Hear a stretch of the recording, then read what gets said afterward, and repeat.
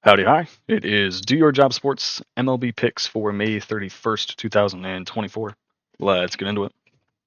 First things first, we're going to recap the previous games.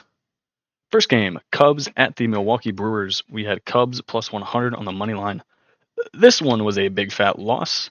Cubs lose this one outright, score of 6-4. They had it tied at the top of the eighth.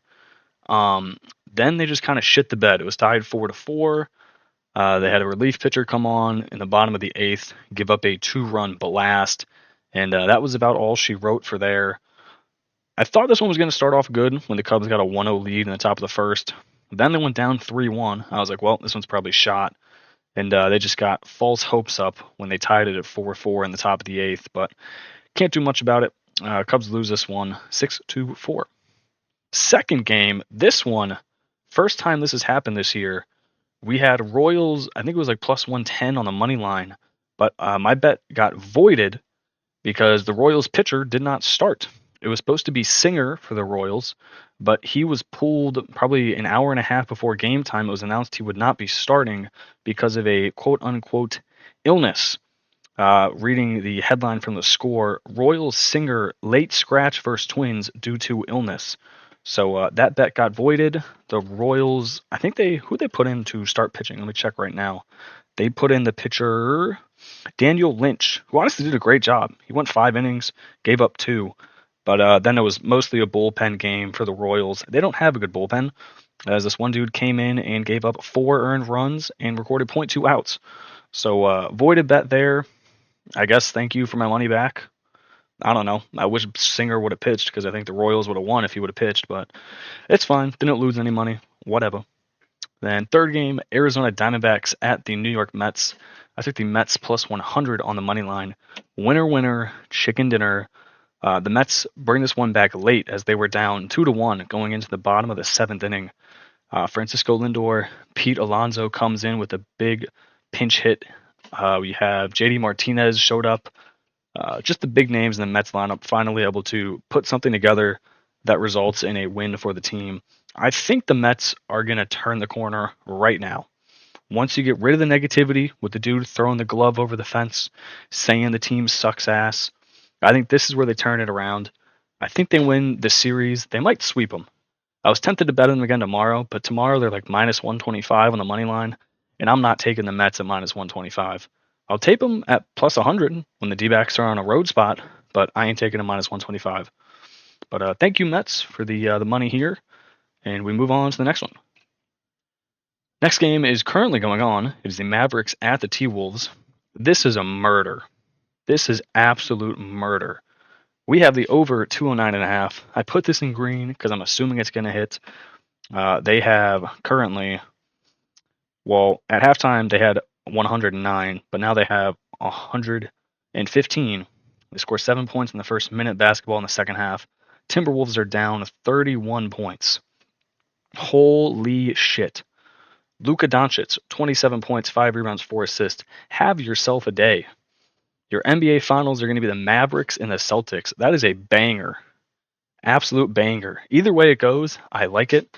You have Luka and Kyrie getting their rings, or you have Jason Tatum, Jaylen Brown, Al Horford, Peyton Pritchard, Derek White, and those boys getting a ring. So I like both sides of the story here.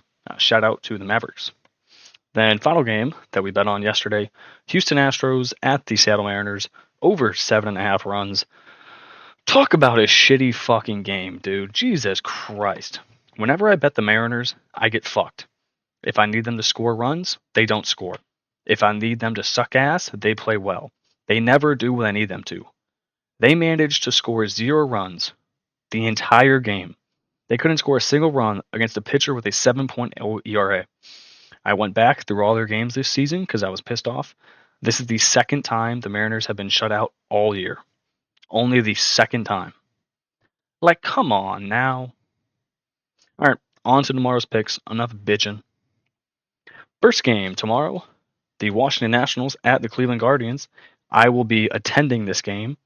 A little info about me and baseball games. If I'm attending a baseball game, I only bet the over. So give me the over 8.5 runs at plus 100. Right now, Guardians are arguably the best hitting baseball team in the MLB. They're playing against Patrick Corbin, who has a 6.12 ERA and is 1-6 on the season straight up. Probably one of the worst starting pitchers in the league. The Guardians have Bybee on the mound, who has a 4.0 ERA, has a bit of a walking problem. I think 8.5 is just too low. I think the Guardians can put up 6 or 7 easy peasy. The Nationals will be getting a few, as Bybee, again, like I said, has a walking problem, gives up hard contact. I think the Washington Nationals are live to win this game as well. But I will just be taking the over. I cannot bet against my Guardians, so give me the 8.5 runs at plus 100. Second game, Tampa Bay Rays at the Baltimore Orioles. I'm taking the Orioles minus 1.5 plus 135. The Rays just struggled big time to put away athletic teams at home.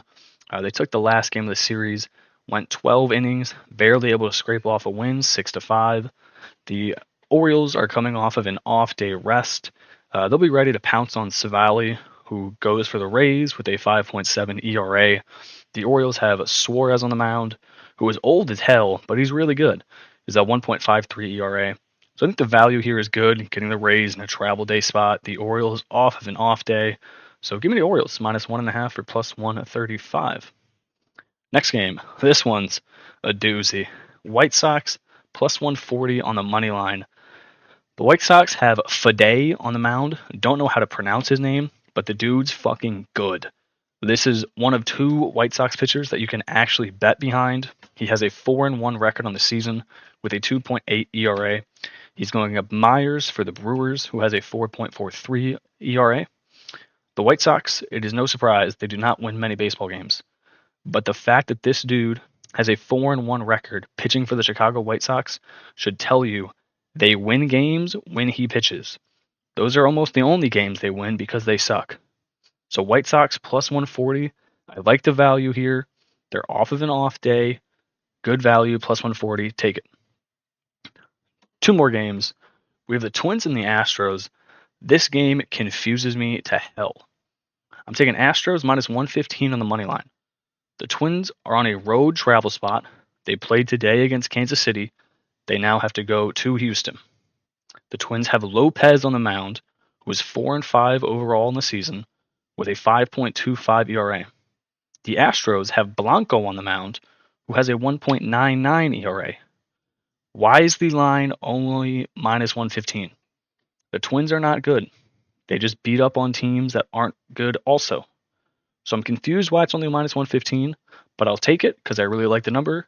So give me the Stros at home with a good pitcher on the mound against the Twins who can't hit. Seems too easy.